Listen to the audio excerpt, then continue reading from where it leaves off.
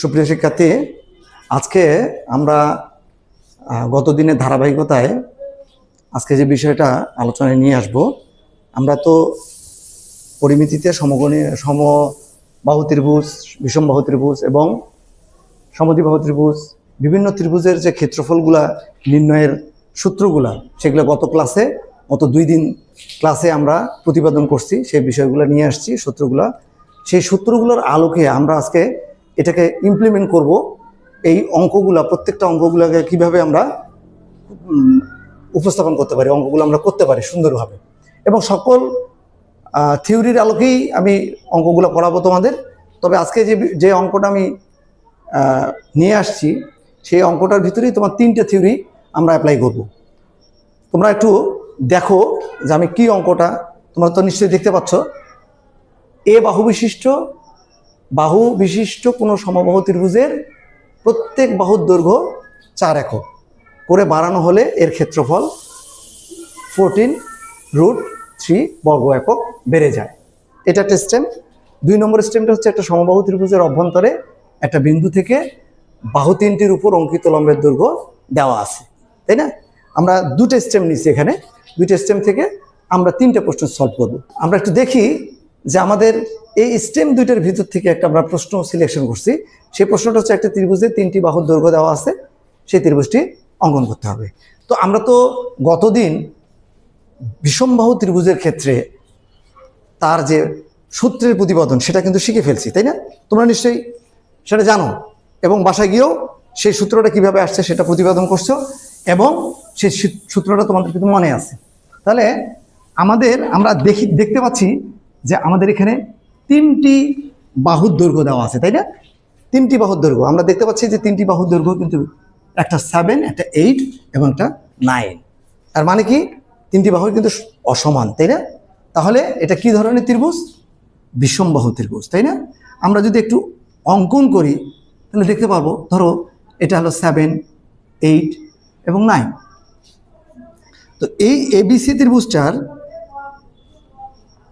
3টি বাহু দেওয়া আছে।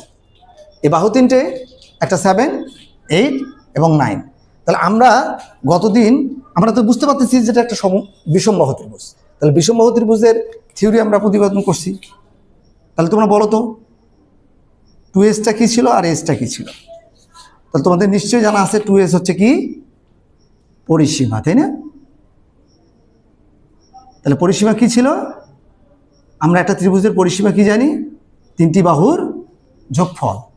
তাহলে অর্ধ পরিসীমা s তাহলে কি হবে? 2 দ্বারা ভাগ হবে, তাই তো? তাহলে আমরা যদি এখন এই যে 7, 8 এবং 9 এই 3টি যুক্ত করি মানগুলো দিয়ে, তাহলে আমরা কি পাবো? 7, 8 এবং 9 আমাদের কত হইল? 15, 24, তাই না? 24 অর্থাৎ 12। আমরা মান পাইলাম কি? এস এর মান 12, তাই তো? তাহলে এস যেহেতু আমরা 12 পাইলাম, মানে আমরা অর্ধ পরিসীমা পাইলাম। অর্ধ পরিসীমা পাইলাম। তাহলে আমাদের সূত্রটা কি ছিল?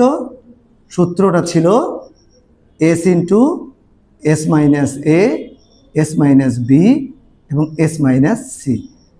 আসলে আমরা অঙ্কটা কিন্তু তুলে করতেছি। আমাদের বহু নির্বাচনীর ক্ষেত্রে আমরা কিন্তু এমনি মৌখিকভাবেই করতে পারবো বিষয়টা।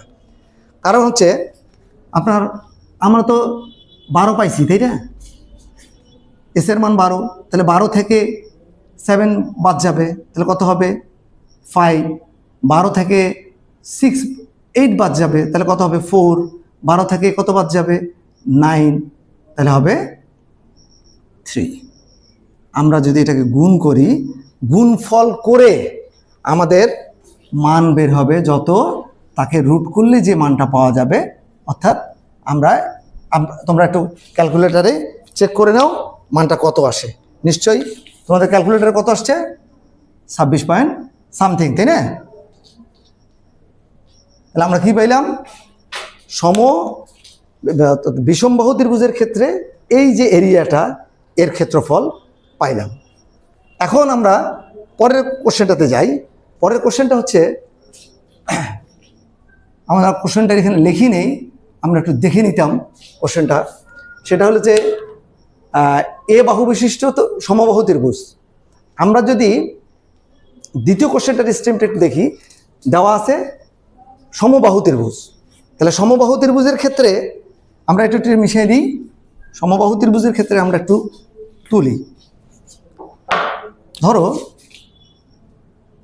দিস ইজ সমবাহু ত্রিভুজ, তাহলে তার প্রতিটি বাহুই কি হবে? সমান হবে, তাই তো? এখন এই সমবাহু ত্রিভুজটার যদি দৈর্ঘ্য বেড়ে যায়, একটু স্টেমটা আমরা লক্ষ্য করি যে প্রত্যেকটা বাহুর দৈর্ঘ্য কি হয়, কি হচ্ছে 4 মিটার করে বেড়ে গেছে। আমরা যদি পিকচারে একটু লক্ষ্য করি, 4 মিটার করে বেড়ে গেছে। ঠিক বিষয়টা এরকম দাঁড়াবে না? তাহলে এই বাহুটার পরিমাণ কি হবে? বাহুটা হবে a+4। আগের বাহুটা কি ছিল? প্রত্যেকটা বাহুই 4 করে, মানে সমবাহু ত্রিভুজ। এখন প্রতিটি বাহুর বাড়ল কত? 4 করে। তাহলে a+4 হইল, তাহলে প্রতিটি বাহুই সমান, তাহলে a+4 হয়ে গেল। এখন আমরা এটাকে, যেহেতু আমাদেরকে এর মান বের করতে বলছে, মানে পূর্বের যে বাহুটা সমবাহু ত্রিভুজ আছে তার বাহুর দৈর্ঘ্য বের করতে বলছে, তাহলে আমরা যদি শর্তের দিকে যাই, শর্ত মতে কি শর্ত? আমরা তো জানি সমবাহু ত্রিভুজের ক্ষেত্রফল কি। আমরা সমবাহু ত্রিভুজের ক্ষেত্রফল জানি √3 ডিভাইডেড বাই, আমরা প্রতিপাদন করছি গত ক্লাসে, √3/4a²। তাহলে এইটা কোন সমবাহু ত্রিভুজের? প্রথম সমবাহু ত্রিভুজটা, যতটা বৃদ্ধি পায়নি, বৃদ্ধির আগের পূর্বেরটার। তাহলে পরেরটার কি হবে? √3 ডিভাইডেড বাই 4 a+4a²। এতে মানে বাহুর পরিমাণটা কি হয়ে গেছে আমাদের? এখানে বাহুর পরিমাণটা বেড়ে গেছে। বেড়ে যাওয়ার ফলে ক্ষেত্রফলটা হলো এইটা, বর্ধিত ক্ষেত্রফলটা, আর এটা হচ্ছে পূর্বেরটা। এখন কথা হলো বর্ধিত হওয়ার পরের ক্ষেত্রফল আর এটা হলো পূর্বের ক্ষেত্রফল। আমাদের দেখেন তো এই এরিয়াটা কি? এই এরিয়াটা হচ্ছে আমাদের বর্ধিত অংশটা, তাই না? আমরা এটাকে, তাহলে বর্ধিত অংশটা আমাদের কত? এখানে দেওয়া আছে ক্ষেত্রফলটা বর্ধিত হয়েছে এই অংশ। এটাকে আমরা দুইভাবে লিখতে পারি, দুইভাবে।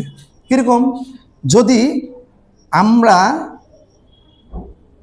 পরের ক্ষেত্রফলটা থেকে পূর্বের যে ক্ষেত্রফল সেটা কি করি? বিয়োগ করি, তাহলেই তো বর্ধিত ক্ষেত্রফলটা পাওয়া যাবে, তাই তো? তাহলে এখান থেকে আমরা যদি ক্যালকুলেশন করি, তাহলে ক্যালকুলেট করলে আমরা এর মান পেয়ে যাব। আবার কেউ যদি চিন্তা করে যে না, ব্যাপারটা ঠিক এরকম, তো একটু লক্ষ্য করো, আমার হচ্ছে √3 ডিভাইডেড বাই কি 4a+4² তাই না? তাহলে পূর্বের ক্ষেত্রফলটা কত ছিল? এটা। এর সাথে যদি আমরা এই বর্ধিত অংশটা, দ্যাট মিনস এই যে ফাঁকা কতটুকু অংশ বাড়ছে, এই বর্ধিত অংশটা, আমার বাড়া অংশটা কিন্তু আমার প্রশ্নের ভিতরে দেওয়া ছিল। তাহলে আমরা যদি এটাকে যোগ করি, পূর্বের ক্ষেত্রফলটার সাথে এই বর্ধিত অংশটা যোগ যদি করি, তাহলে পুরো ক্ষেত্রফলটার পরিমাণ পাওয়া যাবে। তাহলে কেউ যদি এভাবেই তুলে, তাহলে সেটাও ঠিক আছে। তাহলে আমরা যে কোনো একটিভাবে তুলে আমরা কি করব? ক্যালকুলেট করে এখান থেকে আমরা এর মান বের করতে পারবো না? তাহলে আমাদের এটা একটা সমীকরণটাকে সমাধান করলেই আমরা কার মান পেয়ে যাব? এর মান পেয়ে যাব। এখন কেউ যদি এখান থেকে এভাবেই সমাধান করে, সে এভাবে সমাধান করে বের করতে পারবে। তাহলে তোমাদের সমাধানটা কি করে দেওয়ার দরকার আছে? তারপর আমি একটু আগায় দিই। হ্যাঁ, তাহলে এখানে 3/4 কমন নিলে কি হচ্ছে?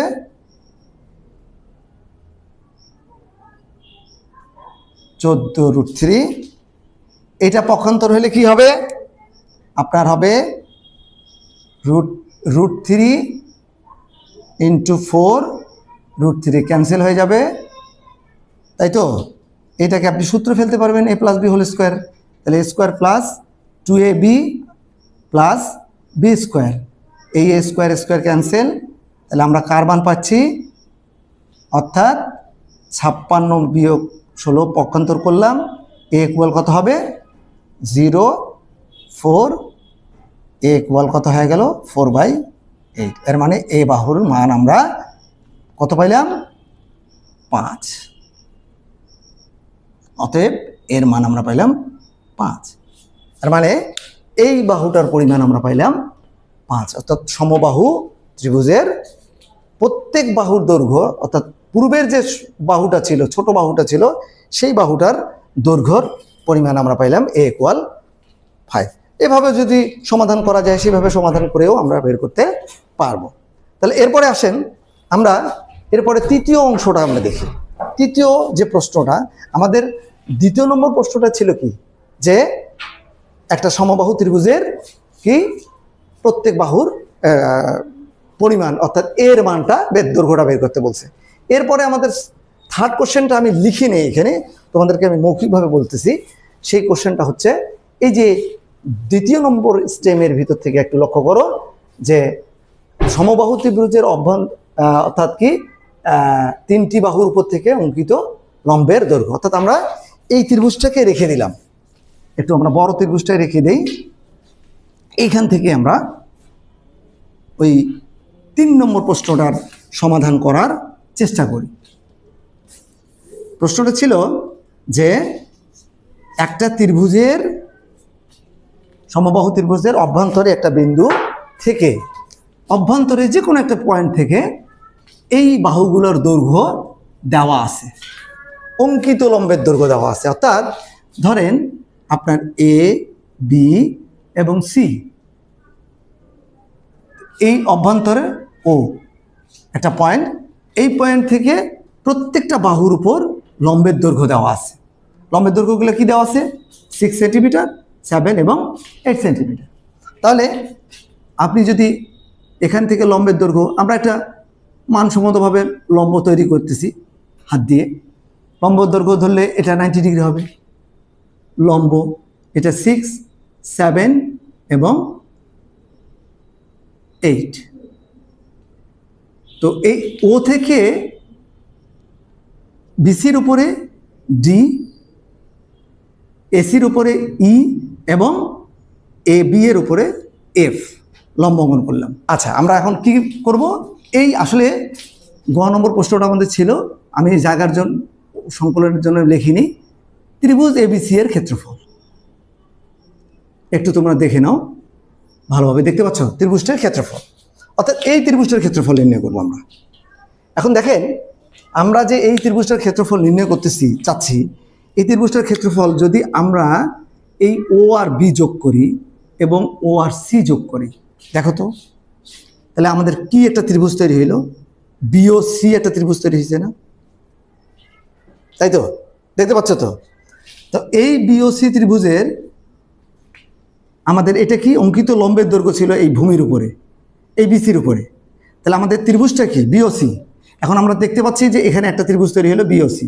তো বিওসি ত্রিভুজের কি বিসিটা হচ্ছে ভূমি, আর এই ভূমির উপরেই লম্বের দৈর্ঘ্য ছিল ওডি। তাহলে আমরা তো যে কোনো ত্রিভুজের, এখানে ত্রিভুজের ক্ষেত্রফল নির্ণয় করতে পারি। সেটা কি সূত্র জানি? যে হাফ ভূমি গুণন উচ্চতা। তাহলে আমরা এই ত্রিভুজটার ক্ষেত্রফল নির্ণয় করতে পারবো, হাফ ভূমি বিসি ইন্টু কি ওডি, বের করতে পারবো তো?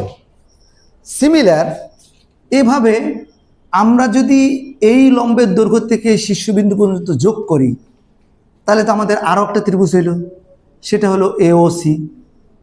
তাহলে তার ক্ষেত্রফলও তো আমরা নির্ণয় করতে পারবো। তাহলে সেক্ষেত্রে আমাদের কি লম্বের দৈর্ঘ্য আছে এবং ভূমি, তাহলে এটা ভূমি এসি। তাহলে আমরা সূত্রটা লিখে ফেলি, ভূমি ইন্টু উচ্চতা। তো যেহেতু আমাদের ত্রিভুজটা কি ছিল? সমবাহু ত্রিভুজ, তাহলে তার প্রতিটি বাহু কি ছিল? সমান। আমরা ধরে নিচ্ছি এ।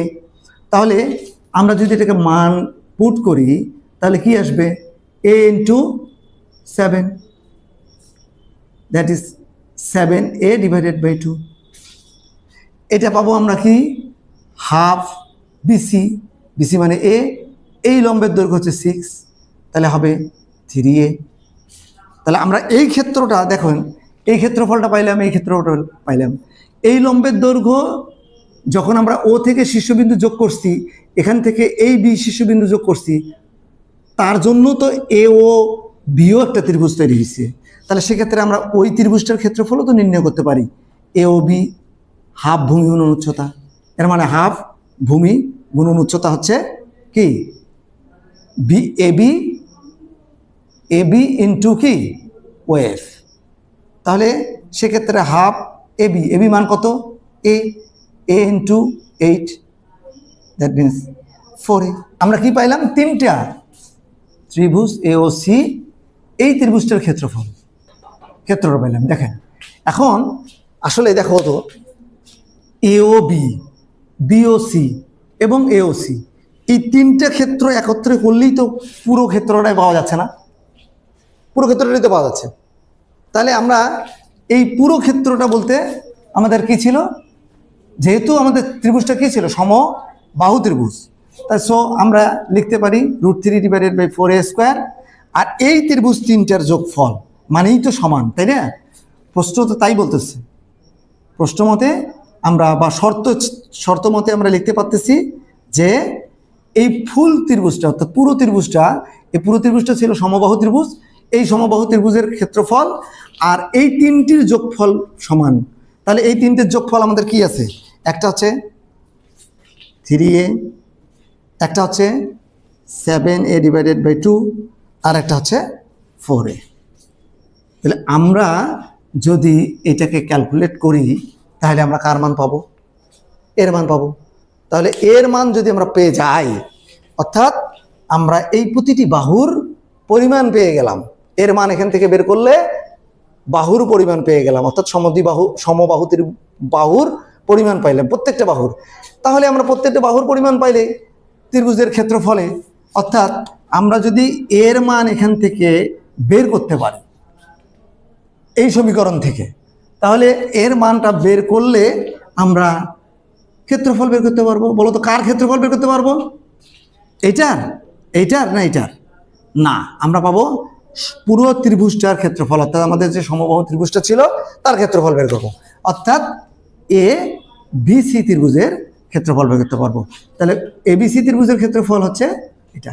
আমাদের উদ্দেশ্য ছিল এখানকার এর মান বাইর করা, কারণ আমরা এই জায়গায় √3/4 এইখানে আমরা এর মানটা কি করব? পুট করব, বসাই দেব। তাহলে আমরা এখান থেকে ক্যালকুলেশন থেকে কি বের করব? এর মান, এবং এই এর মানটা এখানে বসাইলে আমরা এই যে সমবাহু ত্রিভুজটা ছিল পুরো এই ত্রিভুজটার ক্ষেত্রফল নির্ণয় করব। আজকে আমরা দেখেন কি কি বিষয়গুলো আলোচনা করলাম, আমরা কোন সূত্রগুলো এখানে অ্যাপ্লাই করলাম। আমরা সূত্রগুলো অ্যাপ্লাই করলাম হচ্ছে সমবাহু ত্রিভুজের ক্ষেত্রফল, আমরা ত্রিভুজের অ্যাপ্লাই করলাম কি বলে তোমার হচ্ছে তোমার বিষমবাহু ত্রিভুজের ক্ষেত্রফল, আর সমদ্বিবাহু ত্রিভুজের ক্ষেত্রফল আজকে আমরা অ্যাপ্লাই করলাম না। কিন্তু এই ত্রিভুজ থেকে আমরা একটা অভ্যন্তরীণ বিন্দু থেকে যদি লম্ব অঙ্কন করে তিনটা, সেই ত্রিভুজের কীভাবে ক্ষেত্রফল পুরোটা নির্ণয় করা যায় সেটা নির্ণয় করতে পারলাম।